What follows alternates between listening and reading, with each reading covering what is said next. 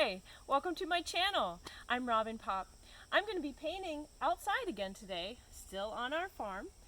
You may hear some animal noises in the back, but that makes it more fun.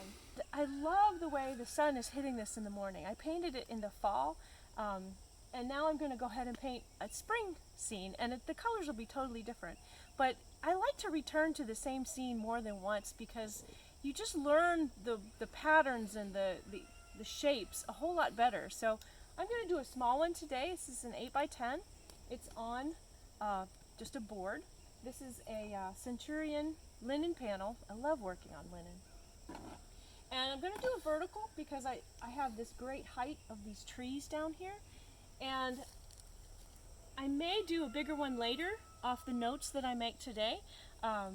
Most of my equipment today was at my studio downtown, so we just gathered what we had available, and I did have enough brushes, but I don't have my usual setup. So this is my alternate setup, and just a cardboard box full of stuff. So I've got my baby wipes, and I've got my, I'll go over the colors that I'm going to be squeezing out, and of course a pair of pliers is really, really important for opening tubes of paint. And then I did bring some solvent-free gel. Oh no, I like the solvent-free gel. This is liquid.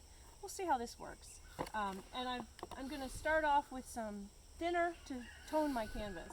So, see how you can just gather up what you need, and it doesn't have to be a fancy setup to just go out and paint. The important part is what happens here and what you're looking at. So let's get started. I've already got some yellow ochre on my palette, and I'm going to just go ahead and I put some thinner in a little lid. Oh, and we got paint on it too. I also brought paper towels. And the nice thing about having the box is I can put all my trash in the box and not leave it behind. That's really important. We'll set those there. I'm going to go ahead and thin my yellow ochre down, and I'm just going to put a stain on my canvas, just to take the white away. It's so much nicer to work on a toned surface, and if you tone with your oil paint, you can also lift, which is what I'm going to do with the Q-tips that I brought. I'm going to lift out my sketch today. Instead of drawing it in, I'm going to lift it out. Let's get that all covered, and I'm going to just run a paper towel over that, take off, let's see, we'll stick them over there, take off the majority of that paint so I'm not starting with really wet surface. There. Okay, there's my start. Stick that down there.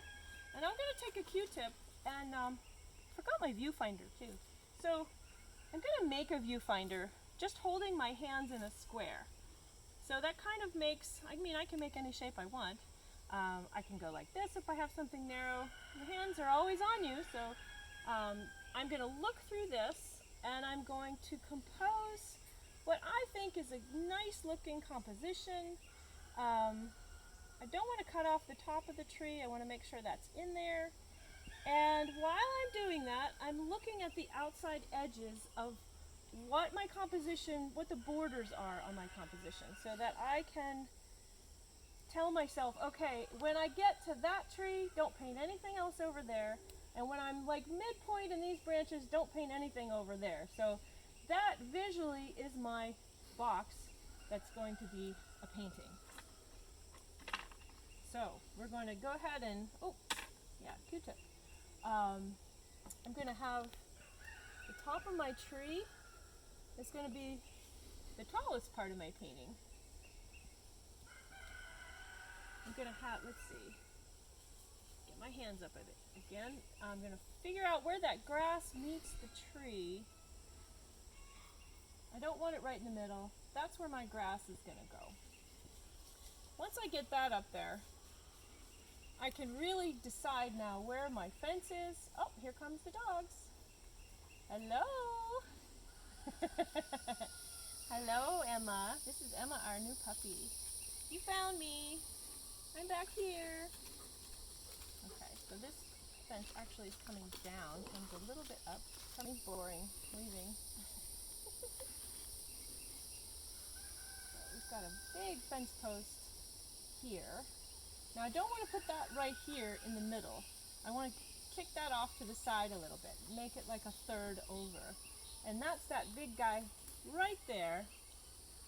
And he's going to be a good reference point for the other things that happen in my scene. Let's see. I've got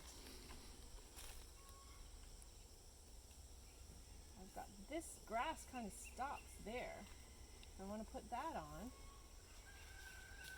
And I can dip my Q-tip into some thinner. I'm using a Gamsol odorless thinner, odorless mineral spirits today. Try little posts here. This is going to be down here. I don't want to make this post go all the way to the bottom edge of my canvas either, because then what happens is your viewer's eye is just, if I put this all the way down here, it just looks like it's sliding off, and I don't want that. So I'm gonna bring that, give that a little base. I could repaint that there. Give that a little base so that we're up a little bit from the bottom. It's gonna come up to about, maybe not even that high, maybe like that high. See how easily I can make changes with this is just the underpainting I'm using. So we've got, and I've got some trunks and some, so here we go. And I've got some faraway trees here. Don't want to forget them. And they're going to be important for showing depth in this painting. Looks like this swings even farther out.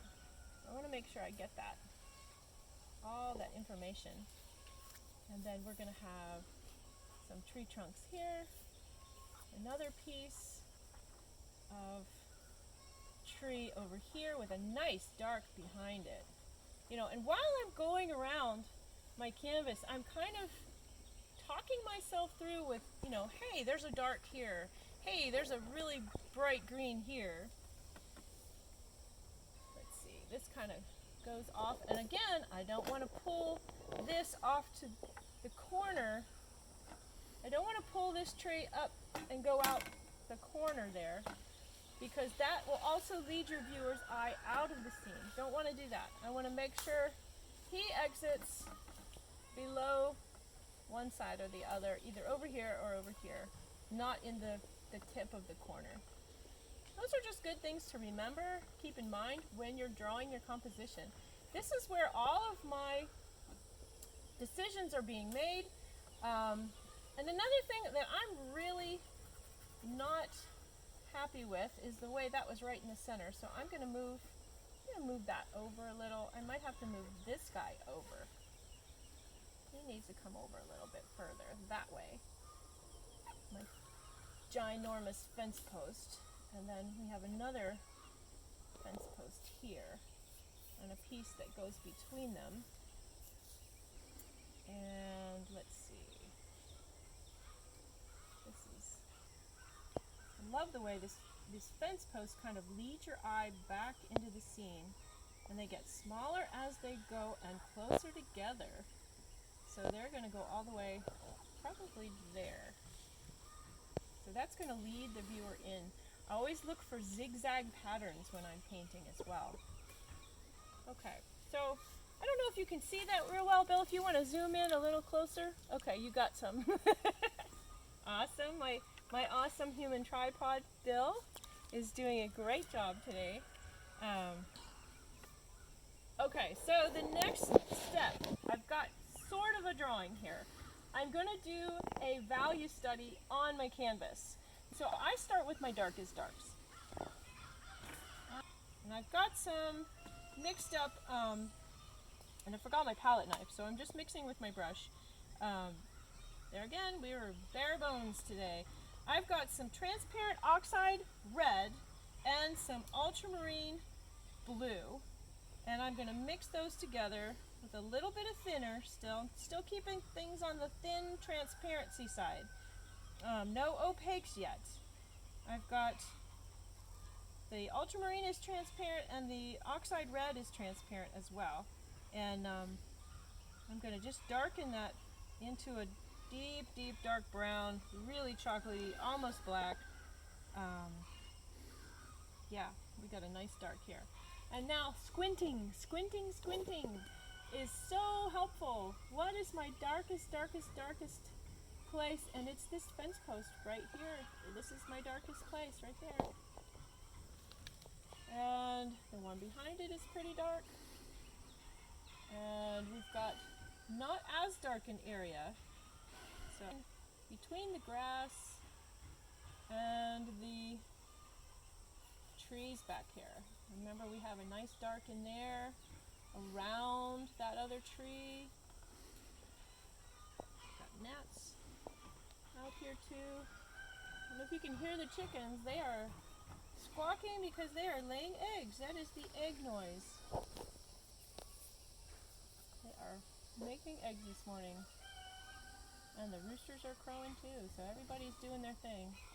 Let's see, we're going to come out a little farther over here. I've got a really big brush to do this with. I'm not drawing little details. I'm just getting it up there. And I think I want to take that. Okay.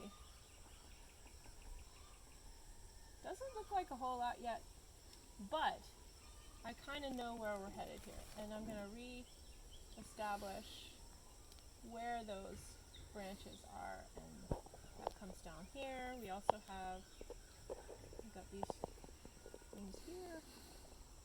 Going back, I'm just going to make some mental notes. I've got some darks in here. And this swings out. I'm going to make sure that goes all the way up to the top. Okay. Now, this might not look like a whole lot to anybody else, but I've really got an idea of where I'm headed here. And I think I am going to be ready to add some color next. I hope I gave you some really good foundational help on setting up a plein air scene. I'm going to continue painting in the next segment, but for now, go ahead, get your foundation going, get your darks in there, get your composition right, try drawing with a Q-tip, and subscribe.